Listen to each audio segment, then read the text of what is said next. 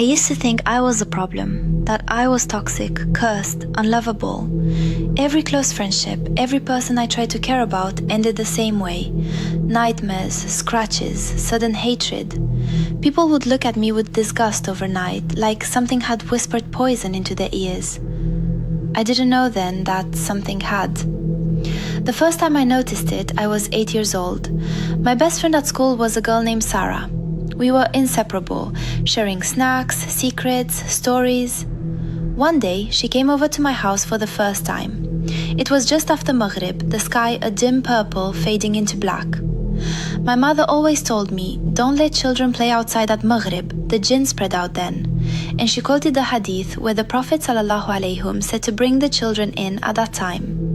So we stayed inside, in my small bedroom with its peeling wallpaper and flickering light bulb. We sat on the floor, laughing over something silly, when suddenly the air in the room changed. The warmth slipped out like someone opened the window, but the windows were shut.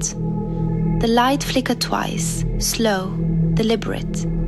I remember the hair on my arms standing straight up. Sarah stopped laughing mid-giggle and stared at the corner behind me. "What is it?" I asked. My voice sounded too loud.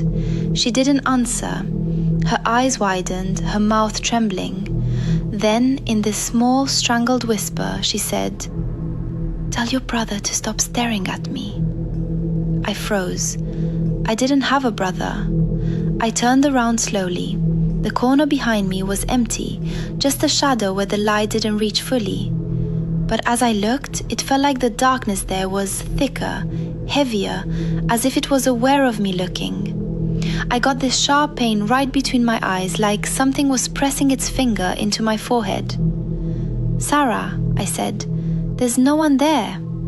She suddenly screamed, a full, raw, terrified scream that ripped through the house.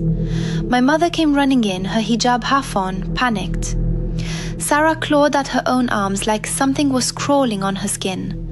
Long red scratches appeared where her nails dragged, but some of the marks were too straight, too clean, like they'd been cut by blades, not fingers. "Take her home," my mother told her panicked mother at the door. "Read Ayat al-Kursi over her, Surat al-Falaq, An-Nas." She kept repeating, "Bi-idhnillah, it will be okay." The next day at school, Sarah refused to look at me. When I approached her, she pushed her chair back so fast it scraped the floor. Her eyes were full of hatred and fear. "Don't come near me," she hissed. "I saw what lives in your house. It told me not to talk to you again." Those words stuck to me like thorns. That was the first friendship that died. It wasn't the last. As I grew older, the pattern repeated. Every time I let someone close, friends, cousins, even a girl I met at Quran class, something ugly would happen. They'd start having nightmares, waking up with scratches on their legs or arms. I remember one cousin calling me at 3 a.m, sobbing. She told me she dreamt of a tall, shadowy man with no face standing over her bed, telling her, "She is mine. Stay away from her." Within a week, she blocked me on everything. By the time I was in university, I had learned to keep people at a distance. No sleepovers, no late-night study sessions at my place, no heart-to-heart conversations. Every time I felt my heart soften, something around me would grow harsh. Lights flickered more. I'd hear footsteps behind me when I was alone, and there was always this feeling of being watched. Not from the front, but from just behind my left shoulder. I tried to convince myself I was just anxious, that it was all in my head. Islam teaches us about the unseen, about Jinn, but I told myself, I pray, I wear hijab, I recite Quran sometimes. Shaitan whispers to everyone, right? But deep down, I knew something was different. The nightmares started around that time. They all had the same structure, the same suffocating weight. I would find myself in my childhood bedroom, even though I'd moved out years ago. The walls were damp and grey, and the window was sealed shut. I'd be lying in bed, paralyzed as something sat on my chest.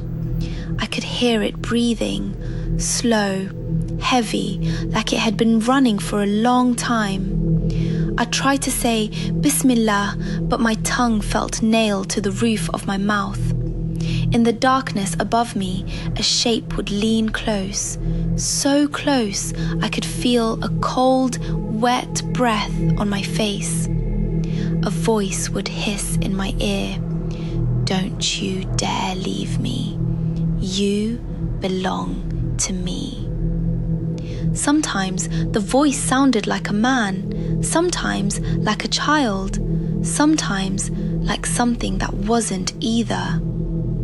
When I finally jerked awake, my body would be slick with sweat, my limbs aching.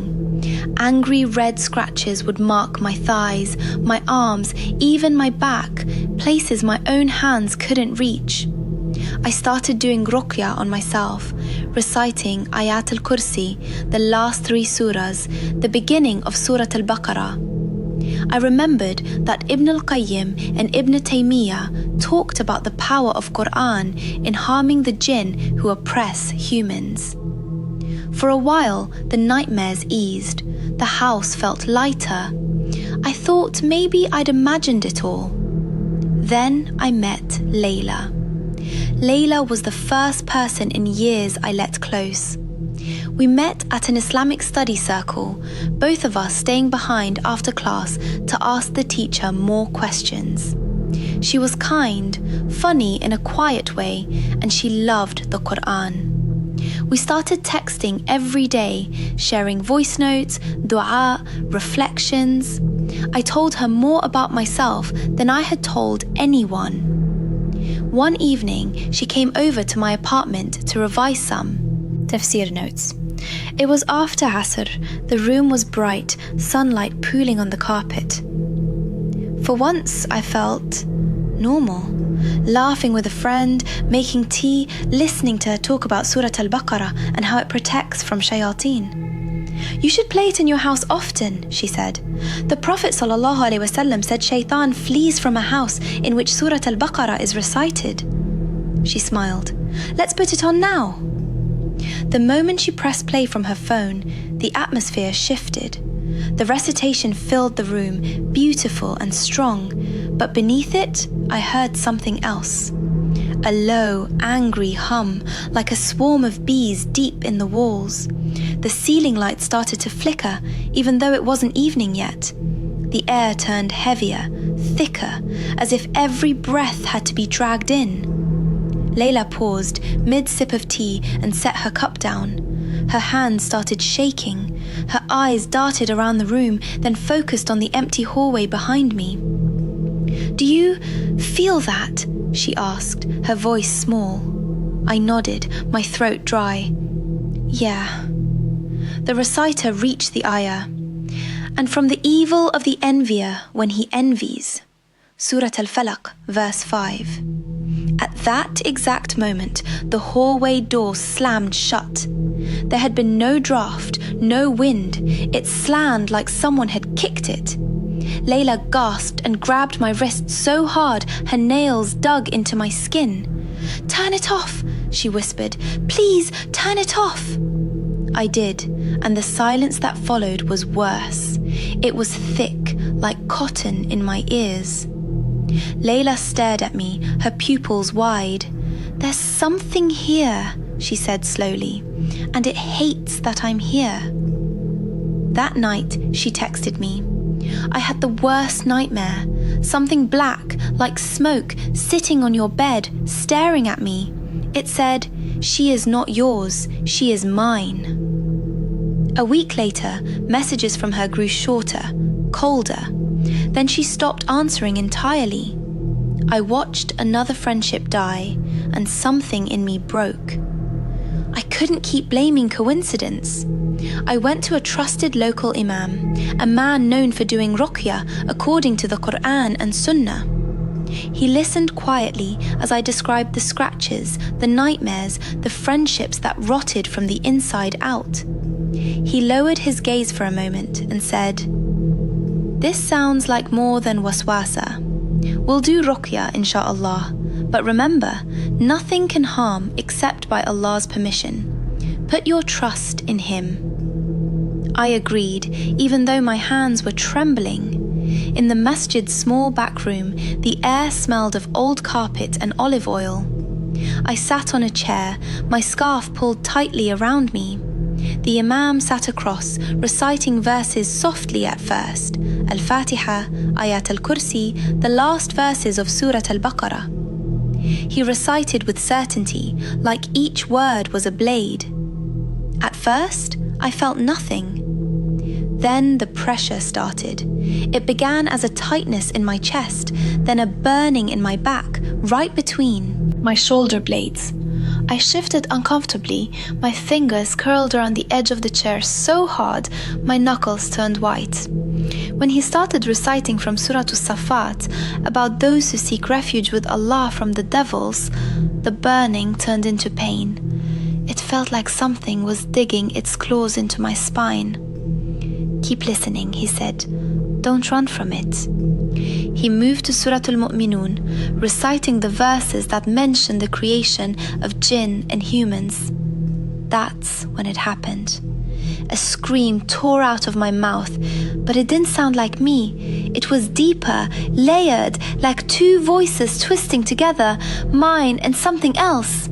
My body jerked forward, my vision blurred. I could hear myself, but I couldn't control the words that poured out.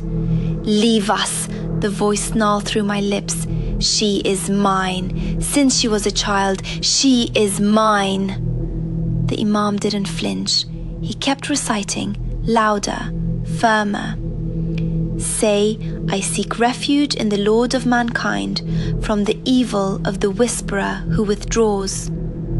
My throat burned as the voice laughed through me. "She has no one but me. I will not let anyone love her. I keep them away. I make them hate. She will not belong to anyone." Tears streamed down my face. Somewhere inside that storm, I was screaming, but it came out as this broken, high-pitched sob. Images flashed through my mind. Sarah's terrified eyes, my cousin's scratched arms, Layla's last unread message. It had been there, all along, watching, claiming. The Imam raised his hand and recited, "Indeed, your plot is weak," and continued with verses about the believer's protection by Allah. The more he recited, the louder the thing inside me roared. "You are jealous," he said to it, his voice steady. "You are a jinn, created from smokeless fire. You have transgressed. Leave her by Allah's permission." My body convulsed, my hands clawed at the air, my back arched, the voice shrieked, "She read your Quran, but she forgot, she stopped. I came when she was small, when they argued in the house, when she cried alone. I whispered, I stayed, I am not leaving." I felt something cold wrap around my throat from the inside, squeezing. Spots of black crept in from the edges of my vision. I choked, gasping, my lungs burning. The Imam's voice rose over the ringing in my ears, reciting Ayat al-Kursi again and again. Suddenly, the thing inside me screamed a wordless, furious sound. It felt like something ripping away from my spine, tearing through my chest, my skull, my skin. My body jerked so violently, I thought my neck would snap. And then, silence. I collapsed forward, sobbing into my hands. My whole body shook. The room smelled faintly of something burnt, like an extinguished match. The Imam kept reciting quietly, soothingly, until my breathing slowed. He spoke gently. "This was a possessive jinn attached to you from childhood. Jealous. It tried to isolate you, to make you despair. Ibn Taymiyyah mentioned such jinn in his writings. They can love, they can envy, they can oppress." He looked at me with firm eyes. "But remember, It only had power because you weakened your protection. Your Quran, your adhkar, your salah are your fortress. I went home that night exhausted, my body aching like I'd been in a fight. In the mirror, I saw new scratches along my neck and collarbone, red and angry. My room was still, quiet, but it felt watchful. I slept with the Quran playing, clutching my tasbih, whispering, Hasbillah wa ni'mal wakil. The nightmares lessened. People stopped complaining of scratches after seeing me. Yet sometimes, when I forget my adhkar, when I leave Surah Al-Baqarah for too long, I feel it. The faintest brush at the back of my neck, the sense of eyes in the corner of the room. And I wonder if it's the memory of fear, or if something still lurks, angry, waiting for a door I leave unlocked. Because this is the truth of the unseen world. We are never alone. The jinn exist, as Allah tells us in the Quran. Indeed, He sees you, He and His tribe, from where you do not see them. Protection is not in locks or lights, but in His words, His remembrance. And in the end, no jealous jinn, no whispering shaitan, no unseen envier can touch us if He does not permit it. Indeed, Allah is the best of protectors.